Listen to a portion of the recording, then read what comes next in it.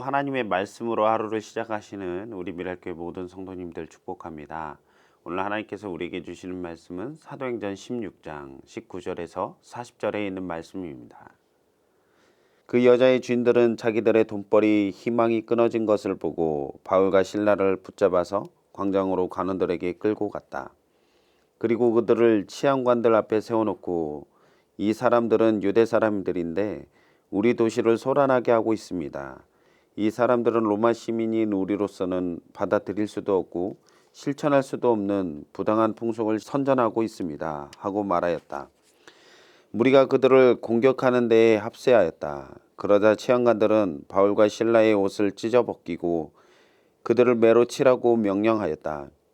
그래서 이 명령을 받은 부하들이 그들에게 매질을 많이 한 뒤에 감옥에 가두고 간수에게 그들을 단단히 지키라고 명령하였다. 간수는 이런 명령을 받고 그들을 깊은 감옥에 가두고서 그들의 발에 착고를 단단히 채웠다. 한밤쯤 되어서 바울과 실라가 기도하면서 하나님을 찬양하는 노래를 부르고 있었는데 죄수들이 듣고 있었다. 그때 갑자기 큰 지진이 일어나서 감옥의 터전이 흔들렸다. 그리고 곧 문이 모두 열리고 모든 죄수의 수갑이며 착고가 풀렸다. 간수가 잠에서 깨어서 옥문들이 열린 것을 보고는 죄수들이 달아난 줄로 알고 검을 빼어서 자결하려고 하였다. 그때에 바울이 큰 소리로 그대는 스스로 몸을 해치지 마시오. 우리가 모두 그대로 있소 하고 외쳤다. 간수는 등불을 달라고 해서 들고 뛰어들어가 무서워 떨면서 바울과 실라 앞에 엎드렸다. 그리고 그들을 바깥으로 데리고 나가서 물었다. 두 분 사도님, 내가 어떻게 해야 구원을 얻을 수 있습니까? 그들이 대답하였다. 주 예수를 믿으시오. 그리하면 그대와 그대의 집안이 구원을 얻을 것입니다. 그리고 하나님의 말씀을 간수와 그의 집에 있는 모든 사람에게 들려주었다. 그 밤 그 시각에 간수는 그들을 데려다가 상처를 씻어 주었다. 그리고 그와 온 가족이 그 자리에서 세례를 받았다. 간수는 그들을 자기 집으로 데려다가 음식을 대접하였다. 그는 하나님을 믿게 된 것을 온 가족과 함께 기뻐하였다. 날이 새니 치영아들은 부하들을 보내어 그 두 사람을 놓아주라고 명령하였다. 그래서 간수는 이 말을 바울에게 전하였다. 치안관들이 사도님들을 놓아주라고 사람을 보냈습니다. 그러니 이제 나오셔서 평안히 가십시오. 바울이 그들에게 말하였다. 치안관들이 로마 시민인 우리를 유죄 판결도 내리지 않은 채 공공연히 때리고 감옥에 가두었다가 이제 와서 슬며시 우리를 내놓겠다는 것입니까? 안 됩니다. 그들이 직접 와서 우리를 석방해야 합니다. 관리들이 이 말을 치안관들에게 전하니 그들은 바울과 실라가 로마 시민이라는 말을 듣고서 두려워하였다. 그래서 치안관들은 가서 그들을 위로하고 데리고 나가서 그 도시에서 떠나달라고 청하였다. 두 사람은 감옥에서 나와서 루디아의 집으로 갔다. 그리고 거기서 신도들을 만나 그들을 격려하고 떠났다. 바울과 실라의 2차 전도 여행 가운데 성령의 이끄시는 대로 마게도니아로 건너가서 첫 성, 즉 가장 큰 성인 빌립보 성에 들어갔습니다. 그들이 루디아를 만나서 복음을 전하여 그녀가 제자가 되었고 기도를 하러 가는 도중 만난 귀신 들린 여인을 치유해 주는 일이 있었습니다.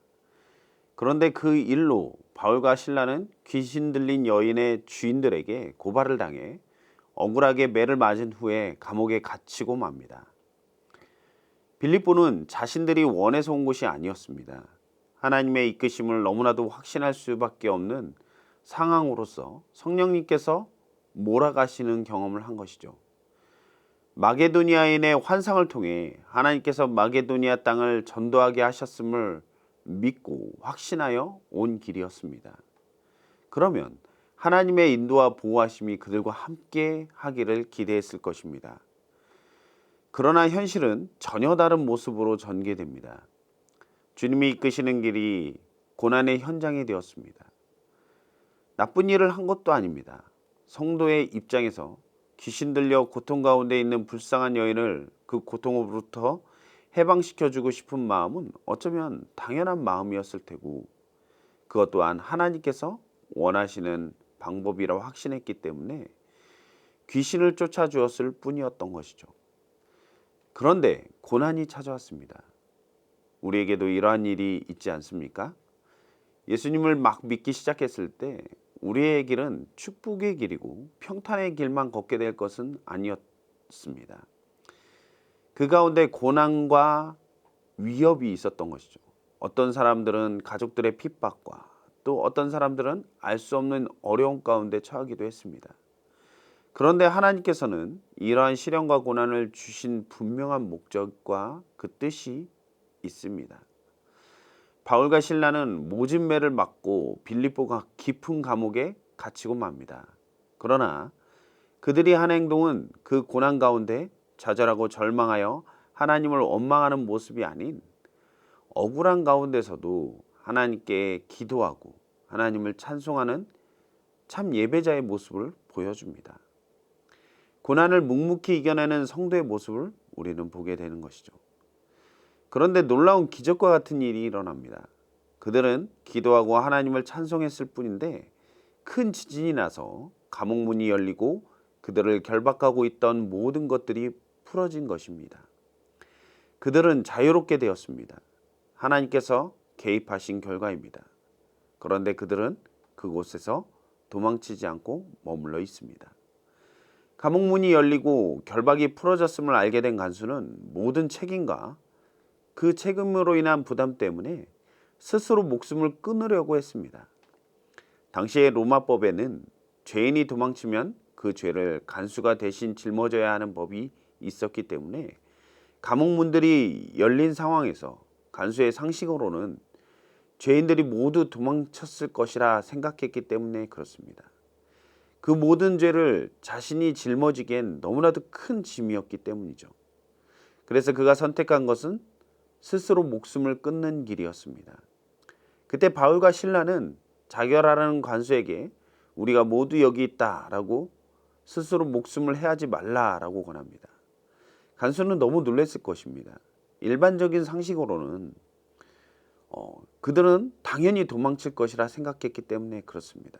그리고 그들이 감옥에 갇혀 있을 때 하나님께 기도하고 찬송하는 소리 또한 간수도 들었을 테니 저들이 그 고통 속에서도 하나님을 원망하지 않고 오히려 하나님을 찬양하는 모습 속에 아마도 뭔가 다른 무엇이 있지 않을까라는 생각을 했을 것입니다.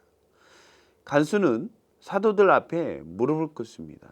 세상의 기준과는 다른 모습으로 살아가는 사도들에게 압도당한 것이죠.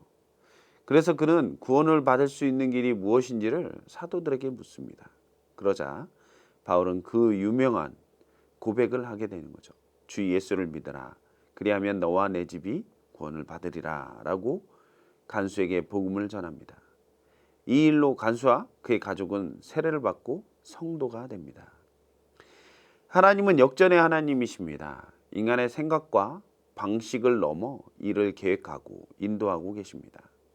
우리 인간의 좁은 눈으로는 상황 속에서 맞이하게 되는 많은 문제 앞에 우리는 그 너머의 일을 알 수 없기 때문에 불안해합니다. 그러나 믿음으로 바라보고 믿음으로 하나님을 경험했다면 문제 너머의 하나님의 큰 뜻을 보게 될 것입니다. 바울은 그의 살아온 인생 가운데 이러한 하나님을 경험하며 살아왔습니다.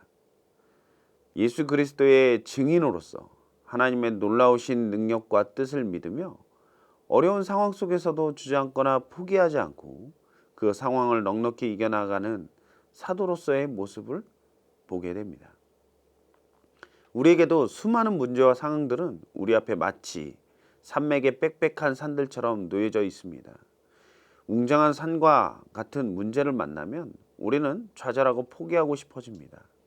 그러나 그 산을 넘었을 때 하나님께서 주시는 만족을 경험하게 되면 또 다른 산과 문제를 만나도 능히 이겨내 나갈 수 있게 되는 것이죠. 현재 이해할 수 없는 고난 가운데 힘들어하고 있는 성도님들이 계시다면 하나님께서 우리를 붙들고 계시다라는 확신으로 문제와 상황을 이겨내는 우리 미랄교회 모든 믿음의 성도님들이 다 되시기를 간절히 소망합니다. 하나님은 결코 우리를 혼자 두지 않습니다. 우리가 보이지는 않아도 우리와 늘 함께 하시고 우리를 인도하시는 분이 우리 하나님이심을 믿고 그 문제를 통해 놀라운 주님의 역사를 써내려 가신 그 기대로 문제와 상황을 이겨나가는 우리 미랄교회 모든 성도님들의 삶이 되기를, 오늘 하루의 삶이 되기를 간절히 소망합니다. 기도하시겠습니다. 사랑의 주님, 너무나도 감사합니다. 어떤 상황과 환경 또 문제가 우리에게 닥쳐왔을 때 우리는 그 너머의 일을 알지 못하기에 두려워하고 또한 좌절합니다. 그러나 하나님, 우리가 하나님을 경험하고 또 하나님을 믿게 되었을 때 어떤 문제와 상황이 마치 넘어도 또 건너도 계속 이어지는 것 같은 상황 가운데 있다 할지라도 믿음으로 넉넉히 이겨나갈 수 있음을 고백합니다. 오늘도 우리와 함께 하시고 또 우리에게 힘을 주셔서 모든 상황을 뛰어넘는, 정말 문제 너머의 하나님을 바라보는 우리 미랄교회 모든 성도님들의 삶이 될 수 있도록 주님 인도하여 주시옵소서. 이 모든 말씀을 우리 주 예수 그리스도의 이름으로 기도했습니다. 아멘.